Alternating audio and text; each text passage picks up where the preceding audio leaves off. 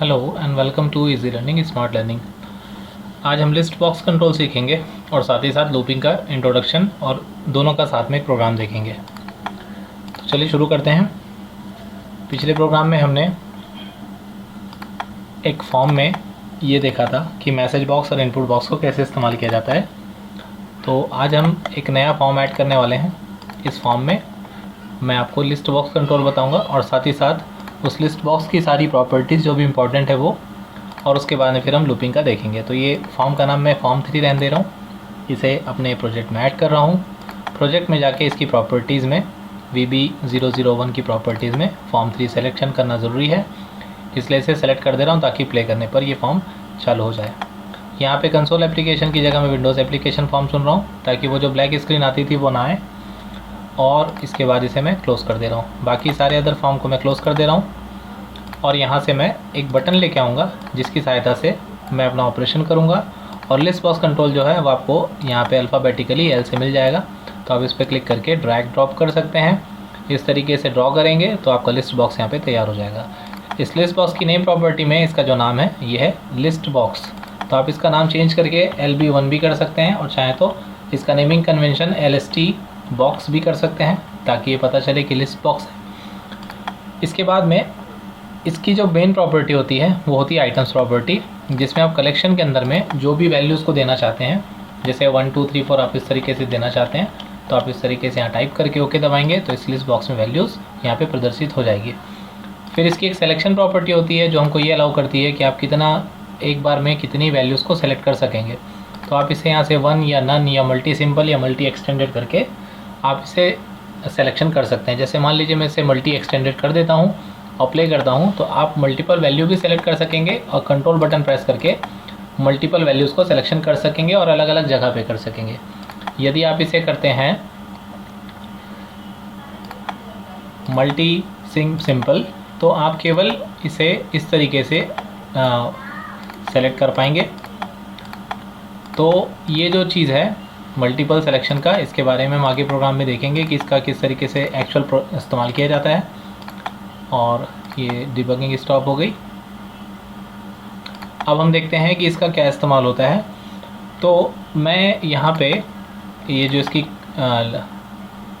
Items property है उसे मैं इसे ब्लैंक कर दे रहा हूँ, और यहाँ पे मैं अपने स्वयं के खुद के आइटम्स यहाँ पे प्रिंट करना चाहता हूँ, वो भी इस बटन के यूज़ के साथ। तो इस बटन का नाम मैं, बटन का जो कैप्शन प्रॉपर्टी है, जो इसका टेक्स्ट प्रॉपर्टी है, मैं इसे प्रिंट दे दे रहा हूँ ताकि मैं इसमें क्लिक करूँ तो यहाँ पे चीज़ें प्रिंट हों।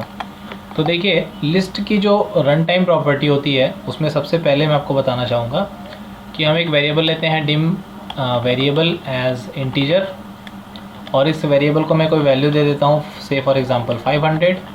और यदि मैं इसे अपने लिस्ट बॉक्स में ऐड करना चाहता हूँ तो लिस्ट का जो नाम है वो है LST बॉक्स डॉट, इसका जो मेथड होता है लिस्ट बॉक्स में ऐड करने का उसे हम कहते हैं आइटम्स ऐड। आइटम्स के बाद में आपको लिखना पड़ेगा ऐड, जो भी आपको आइटम ऐड करना है आप उस वेरिएबल का नाम लिखेंगे। क्योंकि हमारे पास में वेरिएबल की वैल्यू 500 है तो लिस्ट बॉक्स के आइटम्स में ये वेरिएबल को ऐड कर देगा। तो जब हम इसे प्ले करके इस बटन में क्लिक करेंगे तो ये प्रत्येक बार इस आइटम को इसमें ऐड करते जा रहा है, आप यहाँ पे देख सकते हैं। इसी प्रकार यदि आपको किसी आइटम को रिमूव करना हो तो आप रिमूव करने के लिए भी प्रोग्राम बना सकते हैं। पर फिलहाल अभी हम लूपिंग देखने वाले हैं कि लूपिंग का इंट्रोडक्शन यहाँ पे किस प्रकार से कारगर साबित होता है, क्योंकि इसका लिस्ट में हमारे पास में मल्टीपल आइटम्स होते हैं और लूपिंग का मल्टीपल आइटम्स से संबंध है, इसलिए मैं यहाँ पे एक एग्जांपल लेके आया हूँ आपके लिए। तो चलिए अब आपको लूपिंग पहले बताता हूँ कि लूपिंग क्या होती है। देखिए लूपिंग हम आज दो प्रकार के सीखेंगे, एक सीखेंगे डू वाइल लूप और दूसरा सीखेंगे फॉर और next loop. Do while loop में बाकी प्रोग्रामिंग लैंग्वेज की तरह सबसे पहले इनिशियलाइजेशन होता है। इनिशियलाइजेशन के बाद हम लिखते हैं डू वाइल, और हमारी जो भी कंडीशन होती है वो कंडीशन देने के बाद हम स्टेटमेंट्स लिखते हैं। स्टेटमेंट्स लिखने के बाद यहाँ पे लूप लिखना पड़ता है। चूँकि VB.NET में कहीं पे भी सेमीकोलन का इस्तेमाल नहीं किया जाता, इसलिए आप यहाँ पे लूप और डू वाइल जो है, मतलब डू वाइल और लूप के द्वारा आप अपने जो आपका ब्लॉक है उसे ओपन करते हैं और उसे क्लोज़ करते हैं। मतलब डू वाइल के द्वारा आपका जो ब्लॉक है वो ओपन होगा और लूप के द्वारा क्लोज़ होगा। फिर इसका एक एग्जांपल देखते हैं। एग्जांपल देखने के लिए मैं यहाँ पे वेरिएबल की वैल्यू तो ले चुका हूँ, यहाँ पे इसको इनिशियलाइजेशन मान लेते हैं हम, ये हमारा इनिशियलाइजेशन है। मैं यहाँ पे कमेंट बना के लिख देता हूँ, इनिशियलाइजेशन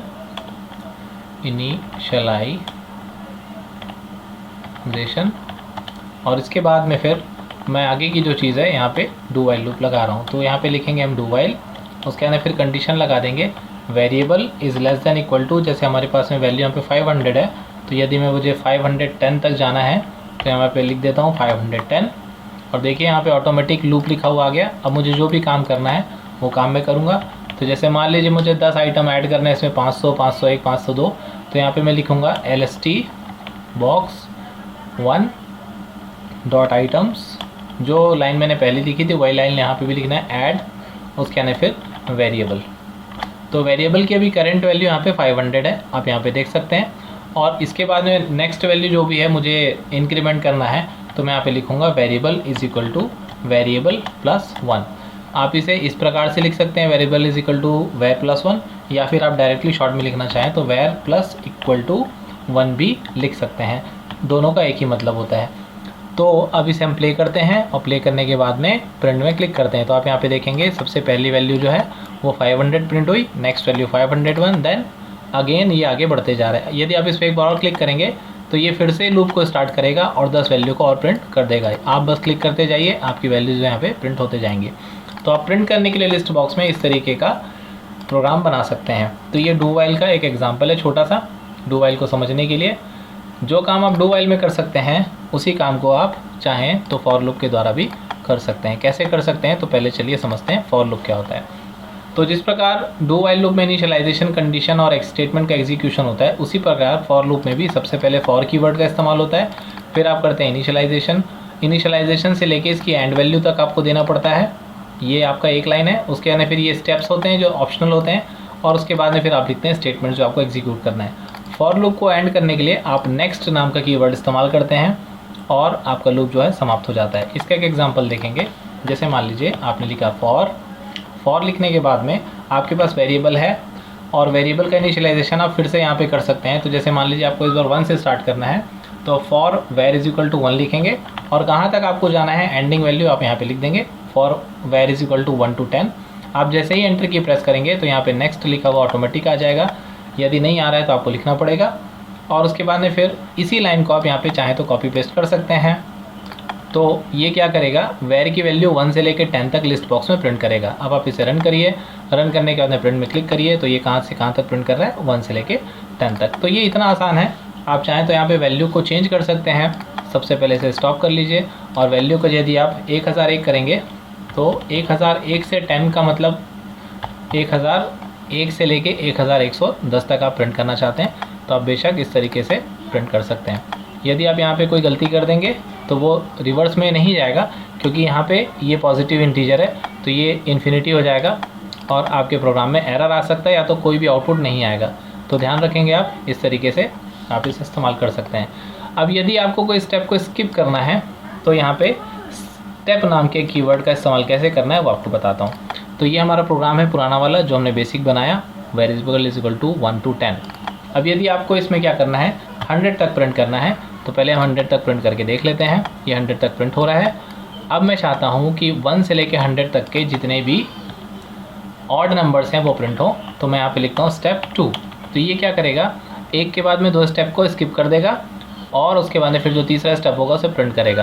तो चलिए करके देखते हैं। देखिए यहाँ पे क्या प्रिंट हो रहा है, 1, फिर 2 स्टेप स्किप किया, फिर 3, फिर उसके बाद 5, इस तरीके से सारे ऑड नंबर्स यहाँ पे प्रिंट हो गए। तो यहाँ पे केवल 1 से लेकर 100 तक सारे ऑड नंबर्स ही आ रहे हैं। अब यदि आपको यहाँ पे केवल इवन नंबर चाहिए तो आपको केवल इनिशियलाइजेशन की वैल्यू चेंज करनी पड़ेगी।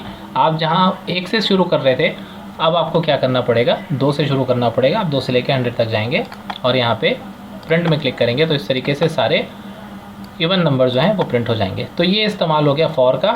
फॉर नेक्स्ट लूप इसी को कहा जाता है। इसमें स्टेप का इस्तेमाल है। आप जितने स्टेप स्किप करना चाहते हैं यहाँ पे आप उसकी वैल्यू लिख दीजिए। यदि आप यहाँ पे 5 लिख देंगे तो ये 2 के बाद सीधा जो 5 जुड़ने के बाद जो नंबर आ रहा है वो यहाँ पे प्रिंट हो जाएगा। इसमें कोई भी इंक्रीमेंट या डिक्रीमेंट करने की आवश्यकता नहीं पड़ती, आपको केवल इसी लाइन में सारा खेल कर देना है। तो उम्मीद है आपको do while loop, for loop और लिस्ट बॉक्स का सिंपल सा बेसिक इंट्रोडक्शन क्या है वो समझ में आया होगा। यदि समझ में आया हो तो जल्दी से लाइक बटन दबाइए, इस चैनल को सब्सक्राइब कीजिए यदि आपने अभी तक सब्सक्राइब नहीं किया है, और आप इसमें किस तरीके के सवाल के जवाब जानना चाहते हैं मुझे कमेंट सेक्शन पे ज़रूर बताइए। और thank you very much. Next video lecture में बहुत जल्द मिलते हैं।